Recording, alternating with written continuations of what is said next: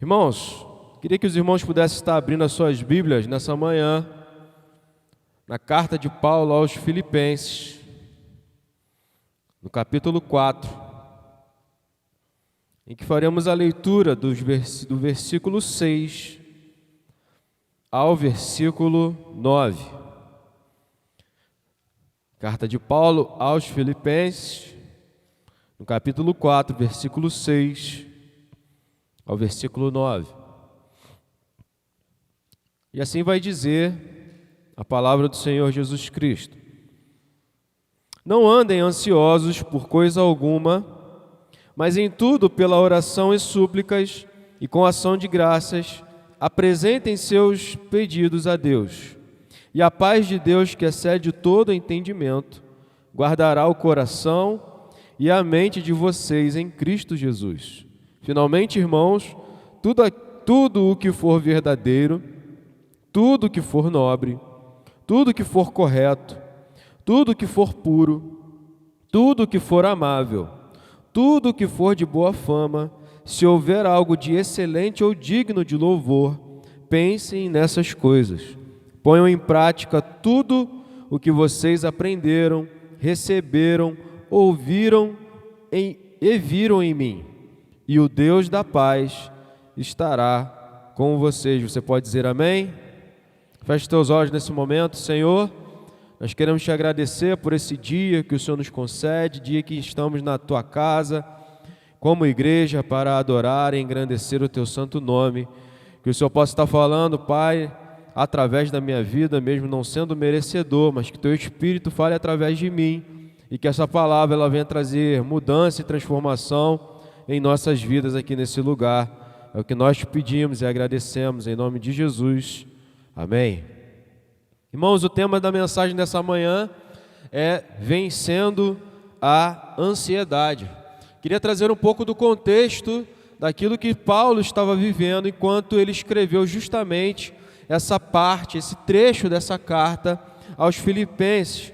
Porque Paulo, ele estava preso, ele era prisioneiro de Nero nesse momento. Ele estava juntamente com Timóteo pregando o evangelho, propagando o evangelho, e por conta da perseguição que era imputada à vida de Paulo, aos crentes em Cristo Jesus, Nero então transforma Paulo em prisioneiro. Então Paulo ele estava preso, e estando ele preso agora, ele começa a ver os seus recursos financeiros se terminando, acabando.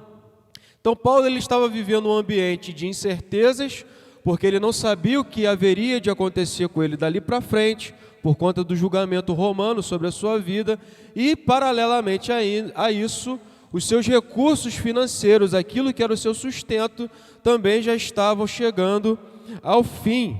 E aí que, diante dessa situação, aparece um personagem importante nessa história, que se chama Epafrodito. A você que ainda pretende ter um filho, se quiser colocar esse nome no seu filho, vai a sugestão. Epafrodito. Quem é Epafrodito?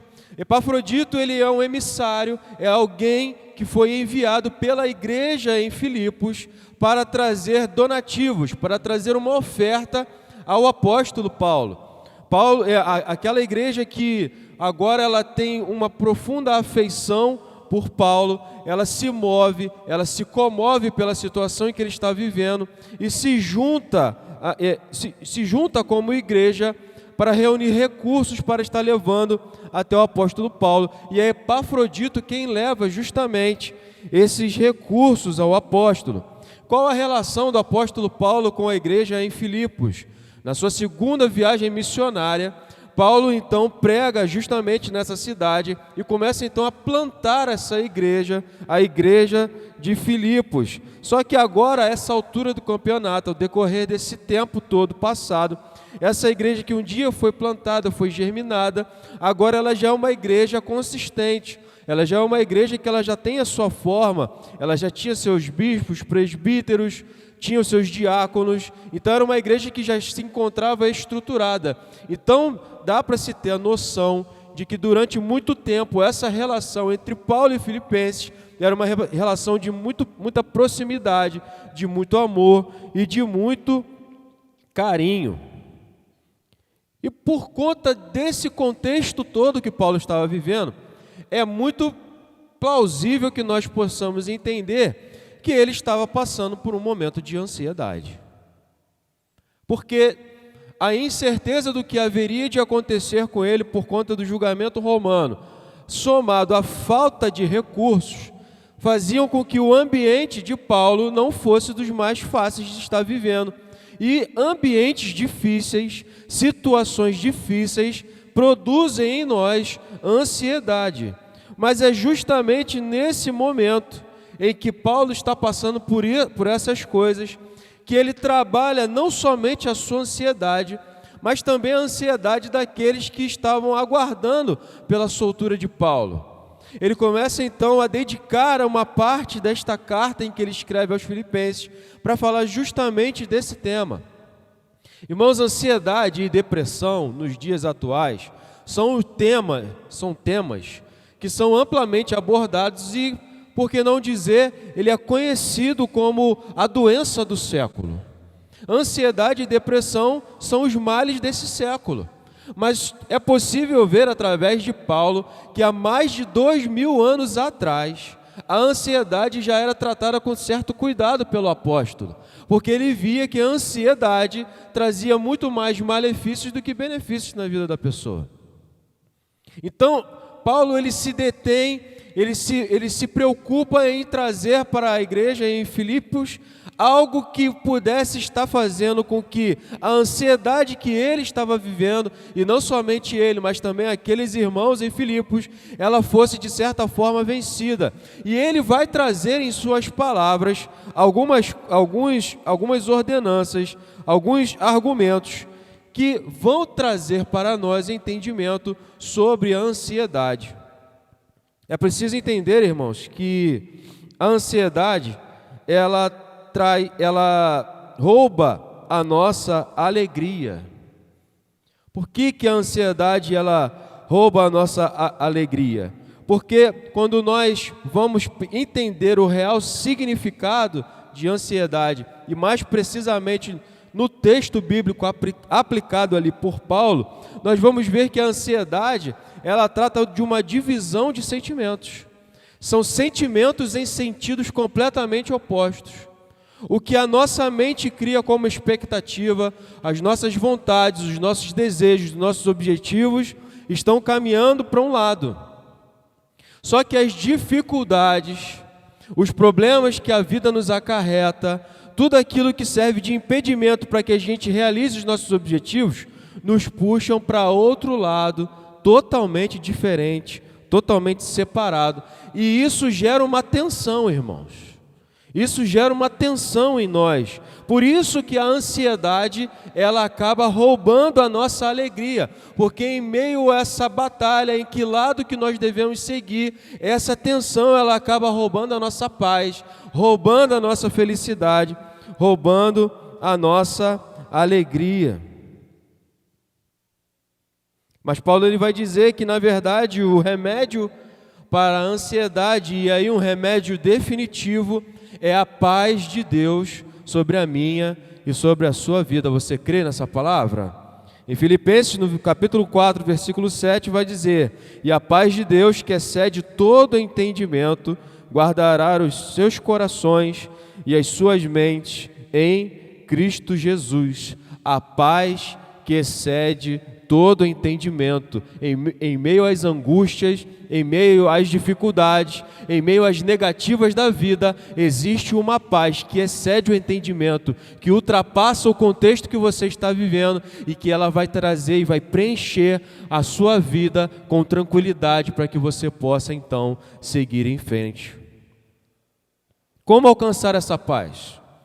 Como eu e você podemos vencer a ansiedade? O apóstolo Paulo vai nos listar três atitudes que nos farão vencedores nessa batalha, que é a batalha na luta contra a ansiedade. Em primeiro lugar, para vencermos a ansiedade, devemos orar corretamente. Filipenses capítulo 4, versículos 6 e 7 vai dizer: não andem ansiosos por coisa alguma, mas em tudo, pela oração e súplicas, e com ação de graças, apresentem seus pedidos a Deus. E a paz de Deus, que excede todo entendimento, guardará os seus corações e as suas mentes em Cristo Jesus. Vejamos que Paulo ele é bastante enfático, não apenas no que diz respeito à ansiedade, mas com relação à necessidade de orarmos, irmãos. Só que Paulo ele enfatiza que não é apenas uma oração corriqueira, rotineira, ou uma oração que obedece um padrão na sua vida, mas é uma oração feita de maneira correta. E para nós, irmãos, a oração, ela, por vezes, e por que não dizer, na maioria das vezes, a oração, ela simboliza para nós um momento de petição. Nós pedimos, pedimos, pedimos e pedimos, e isso se torna uma atitude recorrente em nossas vidas. Porém, Paulo ele adverte que não se trata de um momento para realizarmos pedidos, mas sim de um momento em que nós podemos alcançar a profundidade do nosso relacionamento com Deus.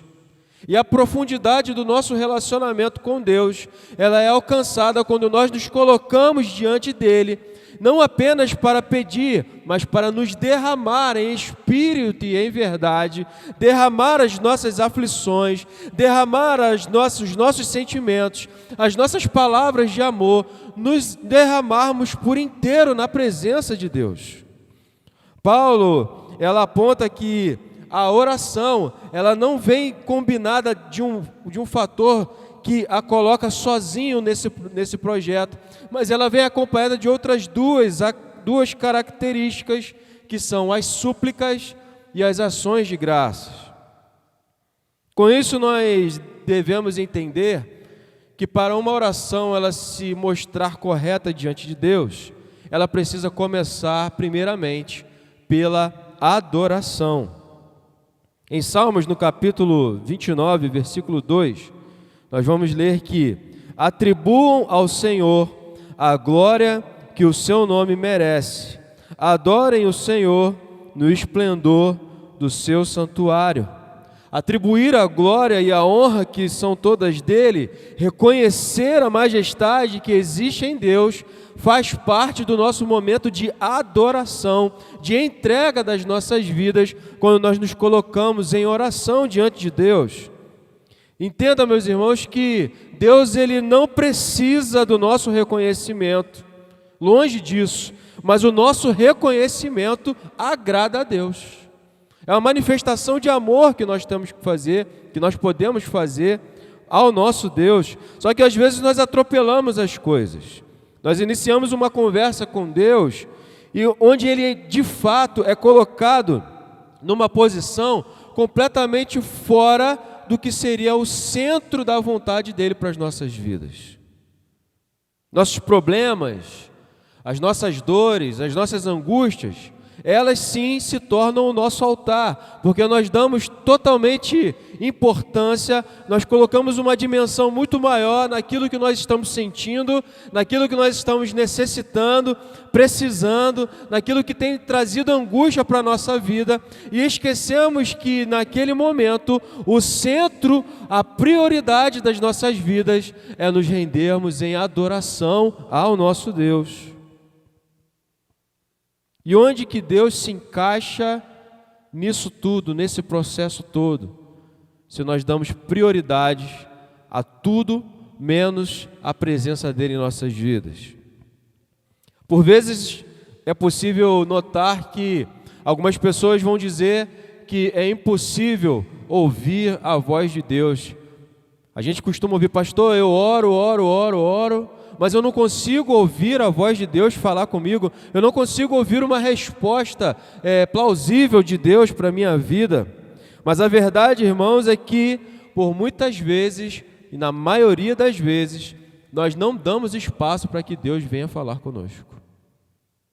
Porque nós nos preocupamos em lançar uma avalanche de problemas diante dEle, e aquilo que era para ser uma conversa acaba sendo um desabafo nosso com Deus, em que nós falamos, e nós não paramos para ouvir aquilo que Ele tem para nos dizer. E Ele é o nosso Deus, irmãos. Ele é o nosso Pai de amor, Ele é o Rei das nossas vidas. A adoração, ela precisa ser uma das bases da nossa oração. Nós precisamos de uma vez por todas entender que não é apenas um ritual a oração em que nós colocamos, nós apresentamos aquilo que nos é necessário para viver, sendo que o que é necessário para nós vivermos, o que é necessário para nos manter de pé é a presença de Deus em nossas vidas. Não existe nada que possa substituir, não existe base maior para mim e para a sua vida que não seja a presença viva dEle sobre mim e sobre você, irmãos. Porque a família um dia ela pode faltar como base da sua estrutura, o seu casamento ele pode desmoronar por diversos motivos, o seu trabalho ele pode fazer com que você tenha uma dependência financeira ainda maior, mas Deus ele não falha naquilo que Ele tem propósito para nós. Deus ele é completamente pleno em tudo em que Ele oferece e nós nos completamos justamente em Deus. Deus sem nós continua sendo Deus, nós sem Deus somos exatamente nada. E é por isso que fica um apelo muito grande. Ao orar, procure lançar a sua vida em adoração, ainda que existam problemas te consumindo, ainda que existam barreiras atrapalhando a sua vida, entenda que por cima dessas barreiras, acima desses problemas, existe um Deus, e esse Deus, Ele continua sendo adorado em seu alto e sublime trono de glória, e nós devemos render adoração a esse Deus, porque terra e céus passarão, mas a glória de Deus, essa jamais será ultrapassada. Você pode dizer amém? Paulo também ele vai nos dar um segundo passo para uma oração correta, uma oração genuína, que é a súplica. E o que seria a súplica? A súplica é uma expressão sincera dos nossos sentimentos, irmãos. A súplica, ela é uma expressão sincera das nossas necessidades. É óbvio que Deus nos conhece por inteiro. Não existe nada que eu e você possamos esconder do nosso Deus. Em Salmos, no capítulo 139, de 1 a 4, o salmista vai ser muito feliz em dizer: Senhor, Tu me sondas e me conheces, sabe quando me assento e quando me levanto, de longe percebes os meus pensamentos. Sabe muito bem quando trabalho e quando descanso. Todos os meus caminhos te são bem conhecidos. Antes mesmo que a palavra me chegue à língua, tu já a conheces inteiramente, Senhor. Uma definição perfeita de como Deus ele nos enxerga, como Deus ele nos conhece nos profundos detalhes, detalhes esses, irmãos, que nem mesmo nós podemos conhecer a nosso respeito. Só que a súplica, mas por conta disso, irmãos, é que é necessário nós fazermos da oração um momento de sinceridade nosso com Deus. Porque se Ele já sabe aquilo que nós já estamos enfrentando, nada melhor do que eu e você agirmos com sinceridade. Senhor, essa aqui é a minha vida. Reconhece quem você é. Reconheça as suas fraquezas. Reconheça tudo aquilo que você tem feito, tudo aquilo que você tem procurado. Exponha para Ele as suas reais necessidades. Às vezes a gente fica preocupado sobre o que falar com Deus. Deus está aberto a ouvir de você justamente tudo, exatamente tudo aquilo que você tem para dizer. Não existe ressalvas no nosso diálogo com Deus.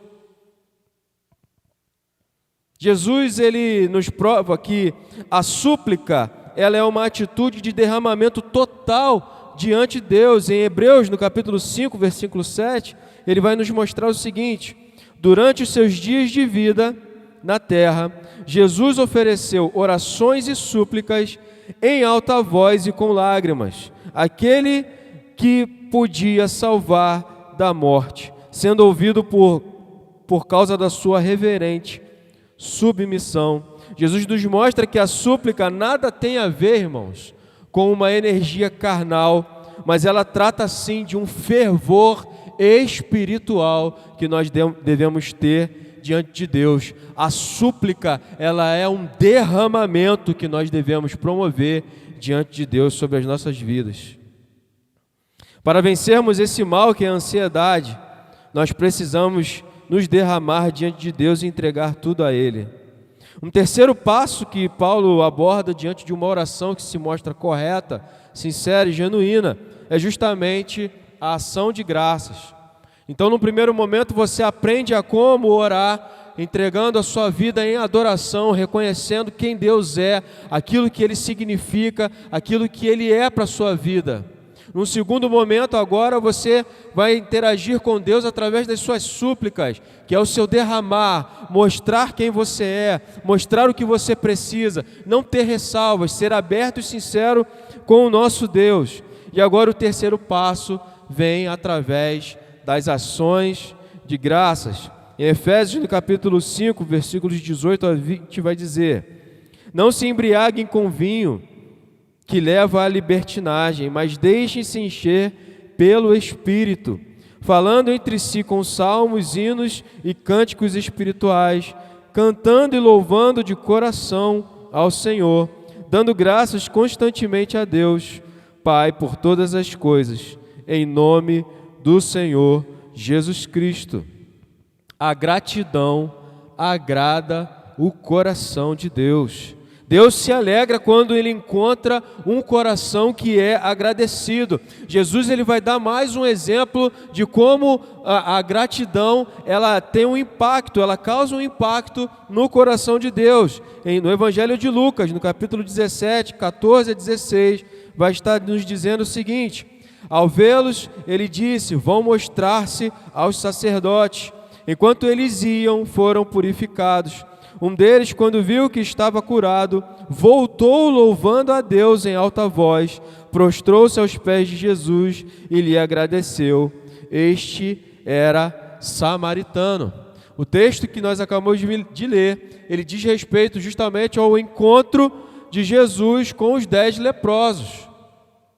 E por conta desse encontro, Jesus ele dá uma ordem a eles: vão e se apresentem.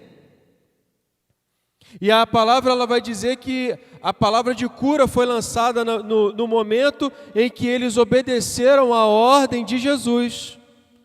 E enquanto eles caminhavam, eles estavam sendo purificados. Haviam 10 deles. Os 10 perceberam essa mudança em seu corpo. Os 10 receberam essa cura. Os 10 notaram que a sua vida estavam sendo transformadas. Mas apenas um voltou para agradecer aquilo que tinha recebido da parte de Deus através de Jesus Cristo. Agradecer é reconhecer a ação de outro em benefício à nossa vida. E quando nós agradecemos a Deus, em especial, nós estamos agradecendo a algo que somente Ele pode fazer por mim e por você. O agradecimento ele deve existir para todas as coisas. E nós, por vezes, irmãos, damos importância a grandes coisas que Deus tem feito por nós e esquecemos de agradecer pelas pequenas coisas que Ele tem trabalhado em nossas vidas. E as pequenas coisas, irmãos, elas são muito importantes, porque se Deus não nos abençoasse através delas, elas se tornariam grandes coisas no futuro. E grandes coisas elas causam para nós grande impacto em nossa vida.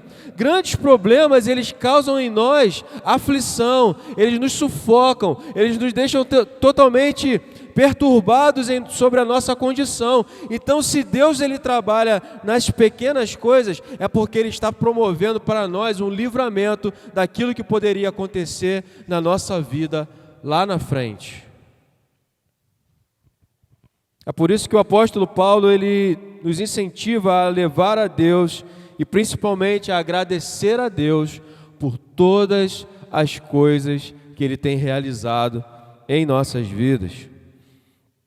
Ele nos incentiva a conversar com Deus sobre tudo. E esse, irmãos, é o primeiro passo para que nós possamos vencer a ansiedade. Tá, pastor, mas aí eu aprendi a orar. Eu segui esses conselhos que o apóstolo Paulo ele dá para a minha vida. Ele mostra um caminho que eu posso realmente percorrer. Mas, pastor, eu queria que você entendesse o seguinte: Por mais que eu ore, por mais que eu entregue, por mais que eu renda graças a Deus por tudo aquilo que Ele tem feito, os problemas não deixam de acontecer. Os problemas, eles não deixam de fazer parte da minha vida. Então, o que é que eu vou alcançar? O que eu vou conquistar se eu percorrer esse caminho ensinado pelo apóstolo Paulo? Quero te dizer uma coisa nessa manhã: os problemas, eles não deixarão de acontecer em nossas vidas.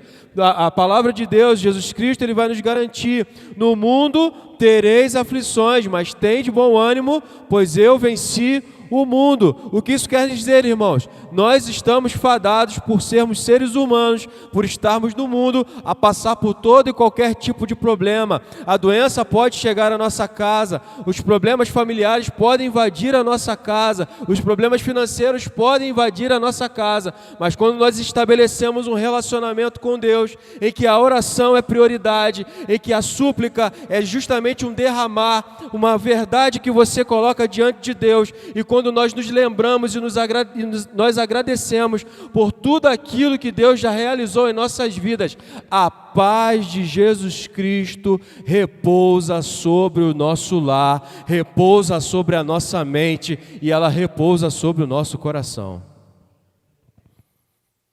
Esse é o diferencial. Tudo pode estar virado de cabeça para baixo ao seu redor, a sua cabeça ela pode estar borbulhando de várias coisas, mas quando nós nos colocamos nessa posição, nós colocamos diante de Deus, a paz de Jesus Cristo, ela repousa sobre nós, nos trazendo paz, tranquilidade e forças para poder prosseguir. Você pode dizer amém? Em segundo lugar, para vencermos a ansiedade, precisamos pensar corretamente. Filipenses capítulo 4, versículo 8 vai dizer: finalmente, irmãos, tudo que for verdadeiro, tudo que for nobre, tudo que for correto, tudo que for puro, tudo que for amável, tudo o que for de boa fama, se houver algo de excelente ou digno de louvor, pensem nessas coisas. Entenda uma coisa, querido: pensamentos incorretos geram sentimentos incorretos. E é por causa disso que o coração e a mente se veem divididos e sufocados pela ansiedade. Nós precisamos entender que os pensamentos, irmãos, eles são reais. E embora eles não possam ser vistos ou medidos, eles são reais. Ainda que você pense em coisas irreais, mas o seu pensamento, ele é real. 8% das coisas que deixam as pessoas ansiosas são de fato motivos legítimos. Os outros 92% são imaginários, nunca aconteceram ou envolvem questões fora do controle das pessoas. Já parou para pensar nisso? Eu fiquei estarrecido com esse número. 8% daquilo que eu e você pensamos, daquilo que nós ocupamos a nossa mente com preocupações, 8% corresponde a questões reais, questões que são verdadeiras. 92% daquilo que toma a nossa paz, daquilo que toma o nosso pensamento, que ocupa com as nossas preocupações, são por coisas que nós não vivemos, nem sequer temos a expectativa de viver e que não existe, irmãos. E mais ainda, aquilo que nós também não temos o poder de fazer, aquilo que nós não temos o poder de controlar.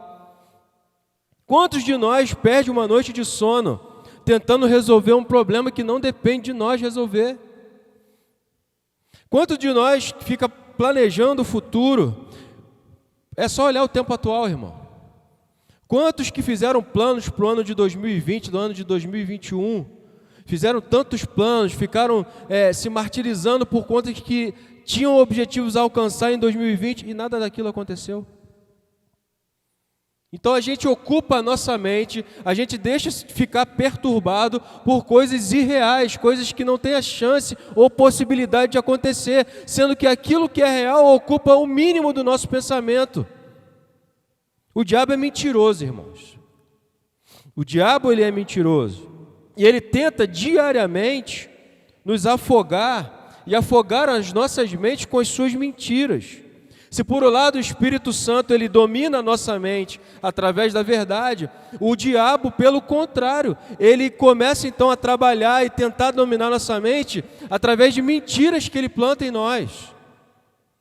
O Evangelho de João, capítulo 16, versículo 13, vai dizer: mas quando o Espírito da verdade vier, ele nos guiará a toda a verdade. Não falará de si mesmo, falará apenas o que ouvir e lhes anunciará o que está por vir.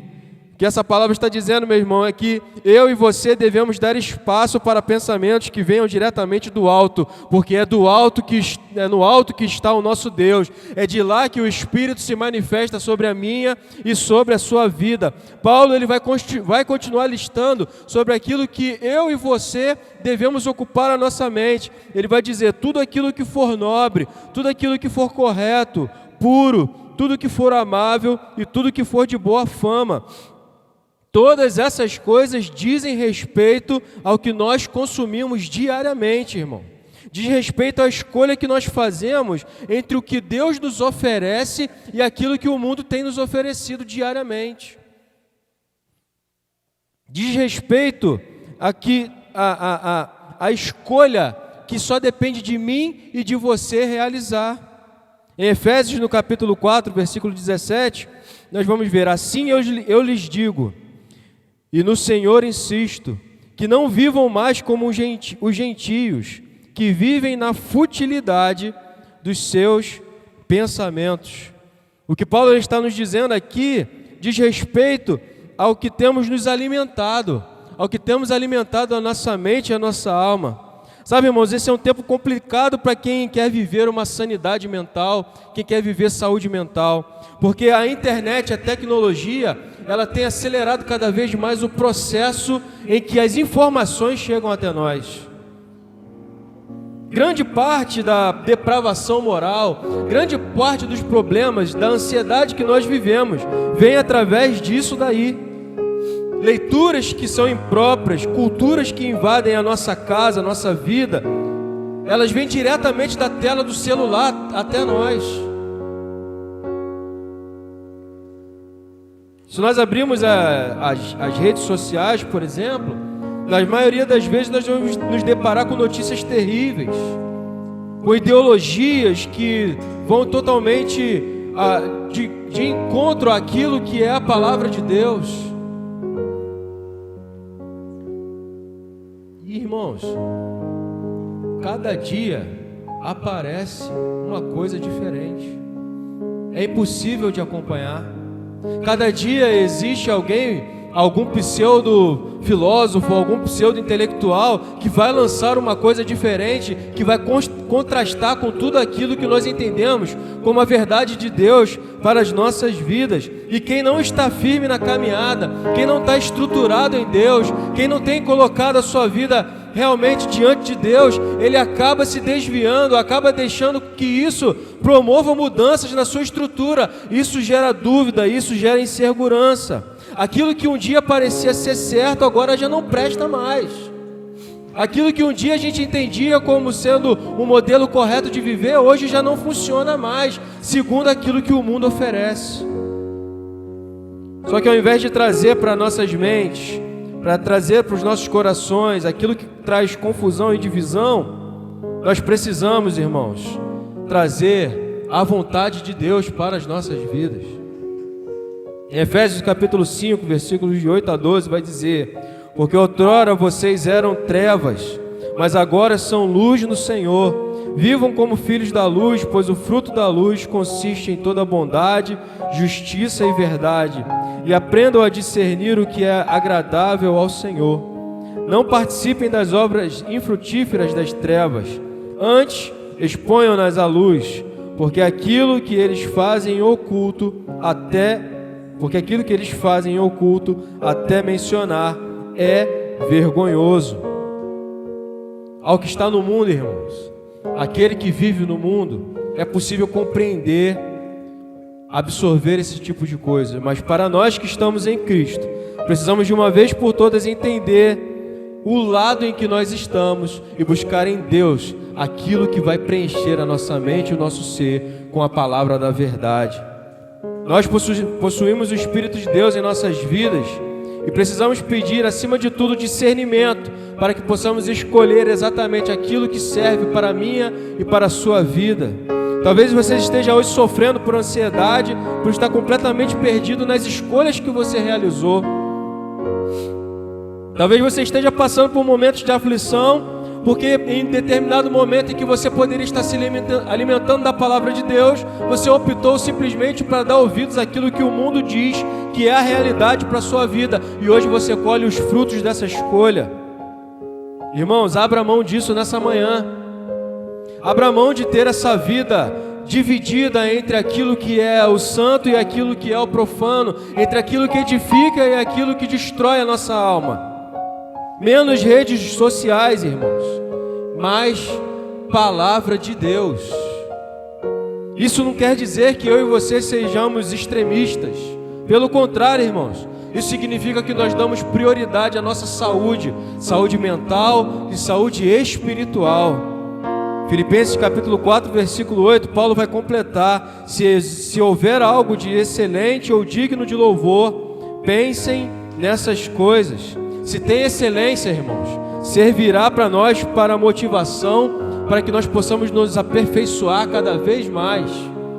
E se tem louvor, significa que vai servir para que eu e você possamos compartilhar as boas novas, aquilo que Deus tem realizado na minha e na sua vida. Salmos capítulo 19, versículos 7 e 8 vai nos dizer: a lei do Senhor é perfeita e revigora a alma. Os testemunhos do Senhor são dignos de confiança e tornam sábios os inexperientes. Os preceitos do Senhor são justos e dão alegria ao coração. Os mandamentos do Senhor são límpidos e trazem luz aos olhos. Nós devemos nos voltar com empenho, irmãos, ao conhecimento da palavra de Deus, porque ela sim é capaz de trazer transformação para as nossas vidas. É ela que tira de nós a insegurança, mesmo diante de situações e de tempos difíceis, porque ela nos ensina a depositar a nossa confiança naquele que é o único capaz de transformar as nossas realidades, naquele que é o único capaz de nos fazer ficar de pé em meio a circunstâncias difíceis. Ela abre os nossos olhos espirituais para que nós possamos entender o contexto ao nosso redor e faz com que nós tenhamos maturidade para esperar a ação de Deus no tempo oportuno. A ansiedade, ela faz com que a gente crie expectativa em algo que aconteça hoje, agora, mas a paz que Deus nos dá, a palavra de Deus, ela vai nos ensinar que em tudo diante de Deus existe um tempo determinado, inclusive para o meu sofrimento e para o seu sofrimento terminarem. Você pode dizer amém? Terceiro e último lugar, para vencermos a ansiedade, devemos viver corretamente. Filipenses capítulo 4, versículo 9. Tudo que vocês aprenderam, receberam, ouviram e viram em mim, ponham-no em prática, e o Deus da paz estará com vocês. Paulo vai encerrar sua fala sobre ansiedade recomendando sobre como deve ser a nossa atitude. E ele vai dizer que nós precisamos viver, irmãos. Paulo, ele é muito claro nisso. Ele vai nos dizer que nós precisamos viver. Porque a ansiedade, ela nos aprisiona. Ela não nos permite mais que a gente consiga desfrutar daquilo que nós temos ao nosso redor. A ansiedade, ela te rouba os prazeres com a sua família. A ansiedade, ela te rouba o seu desempenho no trabalho. A ansiedade, ela te rouba a sua felicidade conjugal. A ansiedade rouba a nossa vida. A igreja de Filipos aprendeu justamente com a palavra que Paulo havia ministrado sobre a sua vida. E o que eu e você precisamos aprender para colocarmos em prática em nossa vida. Nós temos a dádiva, irmãos, de termos acesso à palavra de Deus lida e pregada. Nós temos a dádiva de ter esse momento separado para nós, em que Deus, ele ministra aos nossos corações ferramentas, modelos para que nós possamos colocar em prática em nossa vida. Creiam que as palavras que saem desse altar, irmãos, são palavras que elas causam efeito e elas precisam causar efeito nas nossas vidas. Mas elas só causarão esses efeitos. Elas realmente trarão frutos para nós, se eu e você as colocarmos em prática. Sabe, irmãos, eu trabalho com saúde mental. Sou enfermeiro em saúde mental. E todas as vezes que eu estou de plantão, a gente recebe pacientes novos. E nessa entrevista com esses pacientes, a gente observa que o ponto em que eles chegaram, o momento de total desespero em que eles se encontram, a tribulação que hoje consome a vida deles, começou através da ansiedade.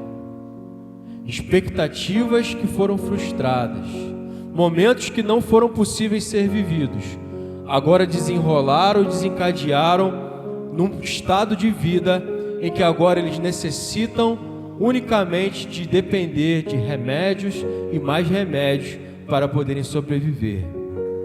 Começa assim, irmãos. A pessoa ela perde uma noite de sono por conta dos problemas, recorre ao medicamento. E daqui a pouco, irmãos, não existe mais medicamento que consiga dar conta de dar uma noite de paz para a pessoa.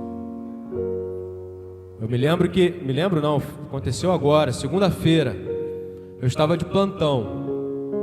E eu e minha família, a gente está vivendo algumas expectativas na nossa vida. E em especial na segunda-feira, de plantão, eu estava completamente ansioso, muito preocupado. E a ansiedade, ela tem essa característica, irmãos, porque ela faz com que você não trabalhe bem, você não consegue focar nas coisas, você não consegue prestar muita atenção naquilo que você está fazendo. Eu passei um dia assim, bem desligado, porque eu estava ali focado nos problemas. Quando deu umas 10h30 da noite, eu fui, tomei um banho, deitei para poder dormir. Estava bastante cansado. Eu sei que eu dormi um pouquinho, quando deu 1h da manhã eu acordei. Irmãos, 1h da manhã eu acordei e não dormi mais. A mente trabalhando, a mente falando, muitas coisas, eu pensando em tudo ao mesmo tempo, uma aflição no peito, um desespero sobre aquilo que eu não poderia controlar, aquilo que eu não poderia fazer. Comecei então a orar, comecei então a falar com Deus, comecei então a procurar na palavra de Deus alguma coisa que pudesse me trazer alívio. Então foi passando esse tempo todo, e quando eu fui ver já estava de manhã. Eu fui embora para casa e eu não desisti, irmãos, eu continuei, porque eu poderia muito bem lá no serviço mesmo pegar um remédio e tomar, que eu conseguiria dormir, mas eu falei, não, eu tenho algo que Deus quer falar comigo nesse momento. Então eu comecei então a procurar na palavra de Deus, e então eu cheguei a Filipenses capítulo 4, versículos de 6 a 8.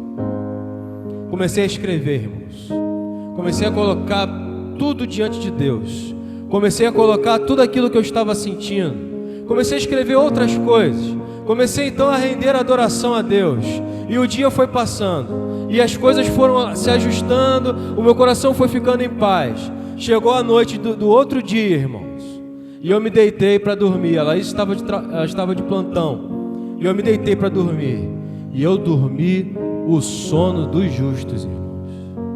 Eu dormi de tal forma que no dia seguinte eu esqueci de acordar para buscar a Laís no trabalho. Mas valeu a pena. Valeu a pena. Eu esqueci, mas ela me acordou e eu consegui buscar, irmão. Não deixei ela lá, não. Mas é por que eu estou contando isso? Porque eu sou igual a vocês, irmãos. Nós somos iguais. A ansiedade, ela bate a essa porta como ela bate a todas as portas aqui. Mas o que eu fico mais feliz é de ver que essa palavra, a palavra de Deus, ela gera frutos em nossas vidas. Eu sei que existem questões que demandam tratamento especializado, demandam tratamento clínico, Mas esse livro aqui, ele trata de questões espirituais. E o que Paulo traz para nossas vidas diz respeito a algo espiritual. Então eu quero declarar algo na sua vida nessa manhã. Não existe nada que o inimigo coloque na sua mente, no seu coração, que Deus não possa preencher com a sua bondade, com a sua misericórdia, com a esperança de um futuro melhor. Se você tem esperança que algo vai acontecer na sua vida, essa esperança ela tem que ser depositada aos pés do Senhor, porque dele pertence o querer e o efetuar. E se chegar o tempo certo, no momento certo em que chegar a sua vida, ele vai se levantar do seu alto trono e vai lançar sobre você aquilo que você está esperando, e tudo aquilo que você tem gerado de expectativa acontecerá em nome de Jesus. Você pode dizer amém? Glória a Deus. Fique de pé e aplauda ao Senhor nessa manhã. Que Deus, o Espírito Santo, possa estar completando essa palavra para os irmãos.